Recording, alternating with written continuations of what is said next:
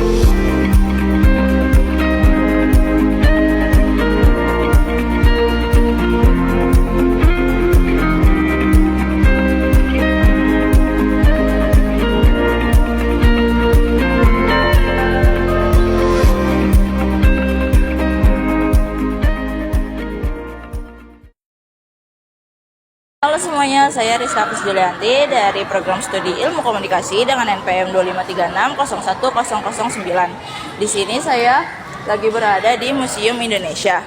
Di sini kita bisa lihat berbagai budaya dan sejarah dari seluruh daerah di Indonesia. Lalu di belakang saya ada lukisan besar peta Indonesia yang menggambarkan betapa beragamnya suku, adat, dan tradisi kita. Tapi meski berbeda-beda, kita tetap harus satu, sesuai dengan semboya Bhinneka Tunggal Ika. Tempat ini juga mengingatkan kita dengan nilai-nilai Pancasila. Yang pertama yaitu Pancasila, sila ketiga. Persatuan Indonesia terlihat jelas dari berbagai budaya yang bersatu. Lalu yang kedua, sila kedua, kemanusiaan yang adil dan beradab, tercermin dari saling menghargai antar daerah dan tradisi. Lalu yang terakhir, sila kelima, keadilan sosial, karena setiap budaya punya tempat dan dihargai sama rata. Museum Indonesia bukan cuma tempat belajar sejarah, tapi juga tempat kita mengenal jati diri, bangsa, dan menerapkan semangat Pancasila dalam kehidupan sehari-hari. Sekian dari saya, terima kasih.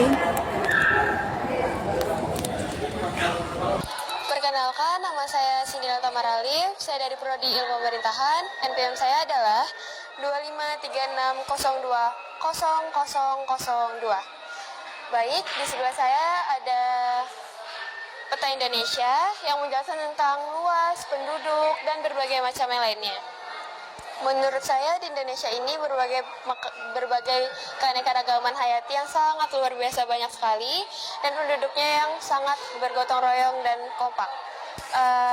Di sebelah saya ini mencantumkan nilai Pancasila, yaitu sila ketiga, Persatuan Indonesia. Karena Indonesia itu sangat kompak sekali ya teman-teman. Lalu di sebelah saya ini ada berbagai contoh-contoh keanekaragaman, hayati, dan adat istiadat. Oke, mungkin cukup sekian yang dapat saya sampaikan dan dapat saya jelaskan dari topik Pancasila. Terima kasih, bye-bye. Assalamualaikum warahmatullahi wabarakatuh. Nama saya Alamsa Amjad, saya dari Prodi Administrasi Bisnis. Saya akan menjelaskan manusia dan peradaban Nusantara.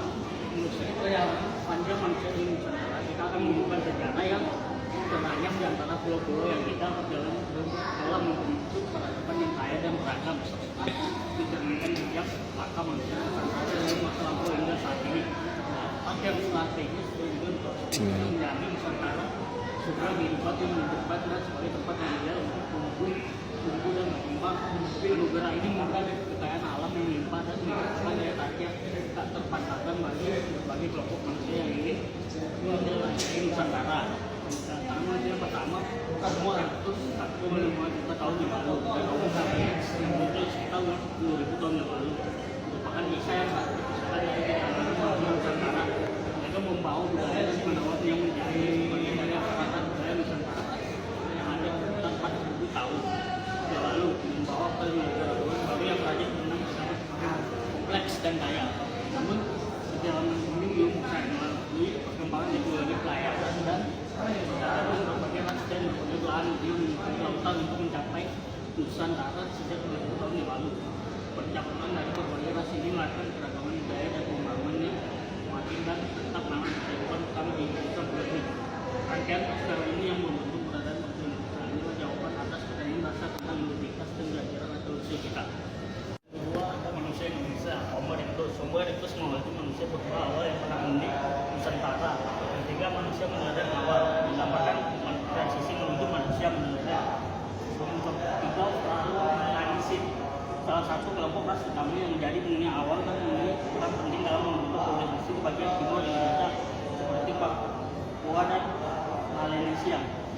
Sehingga ada memiliki kelompok ras lain dan dominan di Asia dan bukan nenek moyang mayoritas bagian barat di Indonesia, aneka ras dan suku bangsa.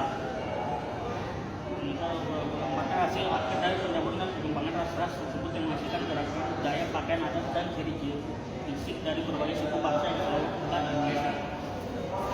Halo, perkenalkan nama saya Igin Ma'arif Majar dari Prodi Teknik Sipil dengan NPM 25710550003. Saya di sini ingin menjelaskan keunikan dan capaian budaya. Keragaman bangsa ini diawali dengan beberapa kelompok ras yang datang berkembang dan hidup berdampingan di Nusantara. Temuan kerangka dua ras Australomelanesis dan ras Mongolit di Gua Harimau, Sumatera Selatan menjadi salah satu bukti bahwa bangsa ini dibangun dari keragaman. Kehebatan dan keterampilan para leluhur bangsa dalam menghadapi tantangan kehidupan di Nusantara menghasilkan berbagai karya-karya budaya unggulan. Berawal dari alat batu yang sederhana hingga kompleks dan goresan, pada kerang menunjukkan ekspresi seni tertua kelompok Homo erectus. Temuan gambar cerdas di gua bekas dengan sekitar 40.000 tahun lalu menjadi bukti bahwa para leluhur sudah mengenal elemen keindahan pembuatan perahu percadik sekitar 4.000 tahun yang lalu, menunjukkan kearifan dan pengetahuan nenek moyang terhadap laut. Kebudayaan megalitik mencerminkan adanya keyakinan dan kepercayaan terhadap kekuatan supranatural. Tinggalan bangunan Candi Borobudur pada abad ke-9 merupakan bukti masuknya agama Hindu dan Buddha di Nusantara. Akhir abad ke-13 agama Islam memasuki Nusantara, meninggalkan bentuk bangunan masjid yang masih mengakar dengan budaya lokal. Kehadiran bangsa Barat Nusantara ditunjukkan dengan bentuk bangunan yang memiliki ciri khas bangsa Eropa. Pada abad ke-20, keindonesiaan muncul. Masa ini dipenuhi dengan kehadiran simbol-simbol bangsa dan negara. Pasca kemerdekaan, Indonesia tampil sebagai bangsa yang memainkan peran penting di dunia. Capaian budaya Nusantara saat ini merupakan hasil perjalanan panjang dari kekayaan alam pikir dan keluasan wawasan pengetahuan. Perilaku ulet, tangguh, berani namun tetap antun merupakan nilai-nilai yang diwariskan para leluhur bangsa ini.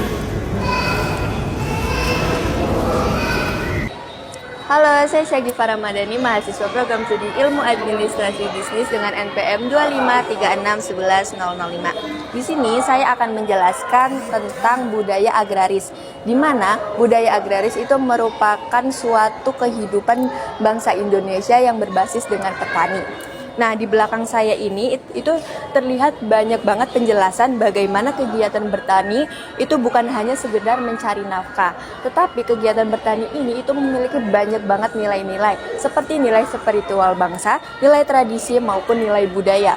Nah, di sini juga ada foto-foto yang menjelaskan orang lagi menanam padi, terus memanen padi, serta upacara adat seperti sedekah bumi atau pesta panen sebagai bentuk rasa syukur kepada Tuhan Yang Maha Esa. Nah, budaya agraris itu juga mengajarkan kita banyak banget tentang kerja keras, gotong royong, maupun rasa hormat terhadap alam. Itu yang mungkin saya bisa jelaskan. Bye-bye semuanya. Halo semuanya, perkenalkan nama aku Seri 9 dari Prodi Ilmu Farmasi. Kali ini kita berada di pameran seni dengan tema simbolisme dan kekayaan spiritual dalam upacara keagamaan. Di antara koleksi tersebut juga terdapat topeng Hanuman, tokoh kera putih dalam kisah Ramayana, simbol keberanian, kesetiaan, dan pengabdian tanpa pamrih. Nilai-nilai ini mencerminkan semangat sila kedua, kemanusiaan yang adil dan beradab, serta sila ketiga, persatuan Indonesia.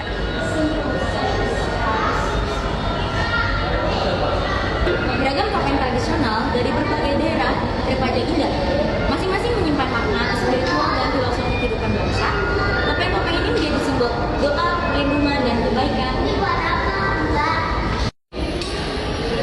Setiap topeng juga mengandung nilai-nilai spiritual yang mencerminkan sila pertama, ketuhanan yang Maha Esa, melalui simbol doa dan penghormatan dalam setiap upacara keagamaan. Pameran ini menjadi bukti bahwa nilai-nilai Pancasila hidup dalam budaya kebangsaan. Sebuah perjalanan singkat mengenal jiwa dari warisan budaya Indonesia. Halo semuanya, perkenalkan nama aku Syakira Rafa Salsabila dengan NPM 2543080016. Nah, kali ini aku berada di pameran Panji Asmara Bangun dengan tema Kisah Cinta dan Kepahlawanan. Pameran ini mencerminkan semangat persatuan Indonesia sesuai dengan sila ketiga Pancasila, karena mengajarkan kita untuk mencintai dan menghargai keberagaman budaya sebagai kekuatan bangsa.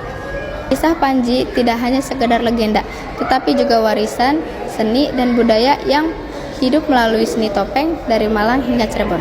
Topeng-topeng ini kita dapat melihat keberagaman, ekspresi, dan nilai-nilai luhur yang diwariskan oleh nenek moyang kita. Dari kisah Panji, kita belajar bahwa cinta, persatuan, dan budaya adalah jati diri bangsa Indonesia. Perkenalkan, nama saya Muhammad Fariza Darmawan, saya dari Prodi Ilmu Hukum dengan NPM 25330014. Di sini saya akan menjelaskan beberapa filosofis dari logo Nusantara, yang dimana berbentuk pohon hayat atau tree of life, yang artinya melambangkan sumber kehidupan, keseimbangan, dan pertumbuhan keberlanjutan. Nah, dalam arti-arti sendiri dari logo ini adalah 17 kembang mekar itu representasi simbol momentum kemerdekaan Indonesia. Kemudian ada 7 kepulauan Indonesia yang merupakan representasi dari banyaknya jumlah pulau yang terdiri dari 7 kepulauan terbesar sekaligus 7 benua yang ada di dunia. Kemudian heksagonal alam yaitu landasan bentuk logo yang diambil dari siluet heksagonal perisai talawang dari Kalimantan sebagai simbol pertahanan. Kemudian ada masyarakat maritim, yaitu menggambarkan alur sungai sebagaimana wawasan Nusantara melihat laut sebagai penghubung bangsa. Dan yang kelima itu ada akar Pancasila, ideologi bangsa Indonesia sebagai landasan pemikiran nasional yang menjadi dasar negara dan penghidupan. Dari sini kita lanjut ke politik tingkat tinggi tentang pembangunan keberlanjutan, yang dimana arti dari atau maksud tujuan dari pembangunan IKN itu yang pertama mendesain sesuai kondisi alam, kemudian Bhinneka Tunggal Ika yang kedua, yang ketiga itu terhubung, aktif dan mudah diakses, yang keempat rendah emisi karbon, yang kelima sirkuler dan tangguh, yang keenam aman dan terjangkau, yang ketujuh nyaman dan efisien melalui teknologi, yang ke-8 adalah peluang ekonomi untuk semua. Dan pentingnya Pancasila untuk kita semua itu agar pembangunan dan keberlanjutan bangsa tetap terjalin dengan baik, dan sebagaimana mestinya pengawalan Pancasila itu bisa mendukung dan mempercepat pembangunan nasional dan menjadi salah satu faktor penting dalam keberlanjutan. Mungkin itu sekian, terima kasih. Nama saya Muhammad Fatul Zikri, saya dari Prodi Bisnis Digital dengan NPM 2536140007. Kali ini saya akan menjelaskan yaitu ibu kota yang merayakan alam Indonesia, yang dimana alam sebagai inspirasi di seni ibu kota yang sensitif dan bersinergi dengan ekosistem alami, yang dimana transformasi melestarikan alam ini digunakan untuk pemanenan dan pengolahan air hujan, peningkatan keanekaragaman hayati, dan juga konektivitas ekologi. Dan juga di sini juga ada merayakan keberagaman kekayaan, peradaban, dan khasanah kebudayaan Indonesia di ruang publik, yang dimana transformasi berbangsa dan bernegara itu menciptakan ruang representasi budaya tanah air di panggung nasional sebagai simbol kemajuan bangsa dan showcase kepada dunia. Nah, selanjutnya kita bakal lanjut ke hunian berkualitas yang inklusif, cerdas, kolaboratif, kompak, dan berbasis pada 10-minute city. Yang dimana di sini tuh transformasi bermukim menciptakan kawasan hunian kompak berorientasi transit. Yang dimana desain hunian ini inklusif berbasis komunitas, memberi ruang kolaborasi warga, mengedepankan lingkungan, lalu hunian sehat bagi aktivitas tinggal, bekerja, bermain, dan belajar. Dan selanjutnya di sini juga ada mobilitas hijau berorientasi kepada pejalan kaki, pesepeda, dan transportasi publik yang terintegrasi, yaitu di mana transformasi bermobilisasi ini melalui desain kota 10 menit berorientasi manusia dan berbasis transit dengan sistem transportasi andal, bertaraf internasional dan future ready. Oke, dan yang terakhir di sini ada kompleks pemerintahan yang terkonsolidasi, yang dimana transformasi ini bekerja menciptakan ekosistem kerja yang kolaboratif, yang efisien dan fleksibel melalui desain kantor pemerintahan berperforma tinggi, ramah lingkungan dan terintegrasi. Nah, di bagian saya ini termasuk ke sila kedua dan juga sila kelima, yang dimana ini merupakan keadilan bagi alam dan juga manusia yang melakukan jalan kaki dan juga menggunakan transportasi umum. Sekian dari saya. Assalamualaikum warahmatullahi wabarakatuh. Perkenalkan, nama saya Ardi Kunur Ramadan dari Prodi Informatika dengan NIM 257150006. Kali ini saya akan membawakan materi mengenai kota dunia untuk semua, yaitu tentang perkembangan IKN. Seperti yang kita tahu, di kota dunia untuk semua ini merupakan filosofi IKN yang mengartikan IKN ingin menjadi kota yang terbuka, inklusif, dan layak huni untuk semua kalangan, bukan hanya pusat pemerintah elit. Visi ini juga menekankan pemerataan pembangunan Indonesia tidak boleh lagi berpusat hanya di Jawa. Dengan IKN diharapkan pola pembangunan bergeser ke arah Indonesia sentris, bukan Jawa sentris. Oke, lalu tahapan penahapan pembangunan Ibu Kota Nusantara. Bagian sini menampilkan timeline pembangunan yang menggambarkan IKN dibangun secara bertahap dan berkelanjutan, bukan proyek instan. Maknanya, pembangunan IKN adalah investasi masa depan bangsa yang memiliki fokus berbeda dari infrastruktur dasar dan pemerintahan dan kota berkelas dunia. Di tahun 2045 menjadi simbol 100 tahun Indonesia merdeka, dan IKN diharapkan sudah matang menjadi kota kelas dunia. Lalu di bagian sini ada peta pembagian wilayah perencanaan menunjukkan lokasi strategisnya di daerah Kalimantan Timur yang menggambarkan konsep geopolitik dan keseimbangan nasional. Lokasinya itu berada di tengah Indonesia, simbol pemerataan dan dikelilingi alam dan hutan sesuai dengan visi kota hijau. Oke, mungkin segitu saja yang bisa saya sampaikan. Secara keseluruhan materi ini itu bukan sekedar peta atau grafik, tetapi manifesto visi Indonesia 2045 IKN yang dirancang untuk menjadi simbol peradaban baru Indonesia yang modern, hijau, dan berkeadilan. Sekian.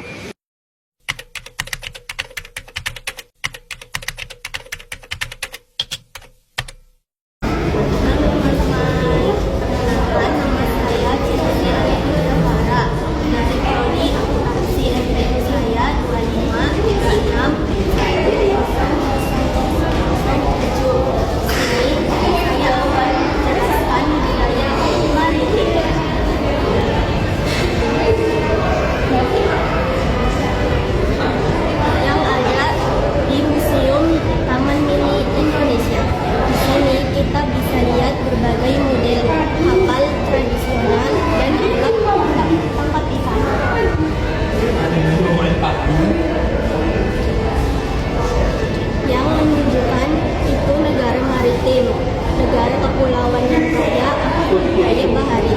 Selain itu, ada juga berbagai rumah adat dari seluruh Nusantara yang menggambarkan keragaman suku dan budaya bangsa kita.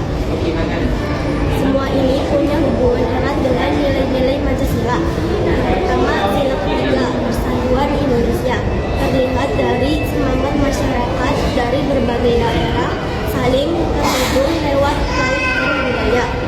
Yang kedua, sila kedua, kemanusiaan yang adil dan beradab, tampak dari cara masyarakat menjaga alam laut dan hidup rukun antar sesama nelayan. Dan ketiga, ada sila kelima, keadilan sosial bagi seluruh rakyat Indonesia. Cermin dari usaha menjaga dan melestarikan budaya agar bisa dinikmati semua generasi.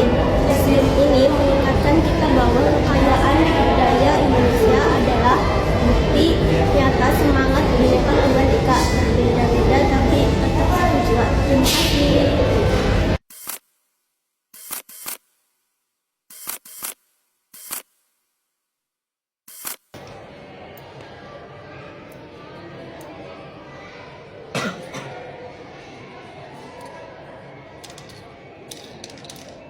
Nggak bisa Cuk, udah kosong.